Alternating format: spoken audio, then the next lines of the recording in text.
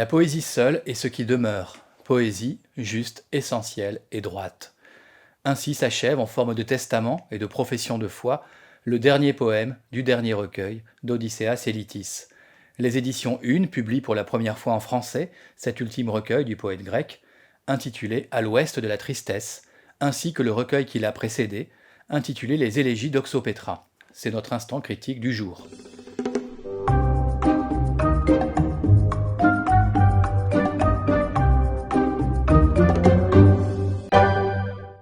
Deux poètes grecs ont été récompensés au siècle dernier par le prix Nobel de littérature, Georges Séphéris en 1963 et Odysseas Elitis en 1979.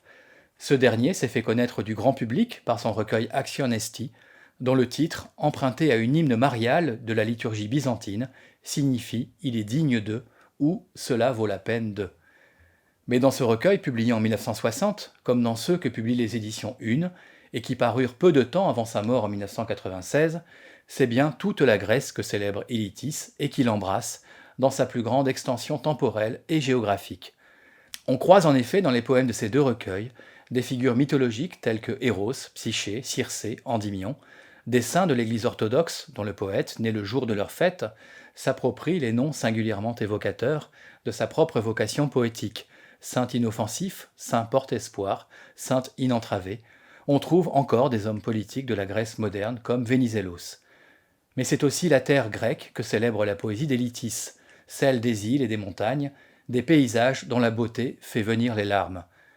Je pleure, dit le poète, car à nouveau m'est donné de marcher sur une terre sublime, brune, encerclée de mer, comme celle des oliveraies de ma mère quand le soir tombe, et qu'un parfum d'herbe qu'on brûle monte, mais que s'en vont croissantes, au bec un petit morceau d'huître, les mouettes sauvages. À l'heure de toucher au finistère de sa vie, Odysseas Elitis se prépare à une mort lumineuse, à entrer dans une lumière autre. Les élégies d'Oxopétra disent cette approche du seuil, cette prescience d'une autre mer, en recourant à un terme qui signifie pointe rocheuse, mais qui, par une secrète paronomase, renvoie au terme exoporta, qui désigne à la fois la porte d'entrée et la porte de sortie. Cela donne, dans les tout derniers vers du recueil, la mort, la pleine mer glauque et sans fin, la mort, le soleil sans coucher. D'ailleurs, l'approche de la mort n'éloigne pas de l'enfance, elle révèle au contraire l'éternel été d'une enfance sans fin. Mesuré est le lieu des sages, et aux enfants est donné le même lieu, mais infini, écrit le poète. De même, la mort ne tue pas l'amour, mais le fait passer dans une autre vie. Dans son poème consacré à celui unissant le poète allemand Novalis à sa défunte amante Sophie von Kuhn, Elitis écrit ainsi « L'amour n'est pas ce que nous savons, ni ce que prétendent les mages, mais une seconde vie sans blessure pour toujours. » Et voici comment Elitis célèbre sa propre compagne Iulita dans le poème du recueil À l'ouest de la tristesse, intitulé Sur un bleu Iulita.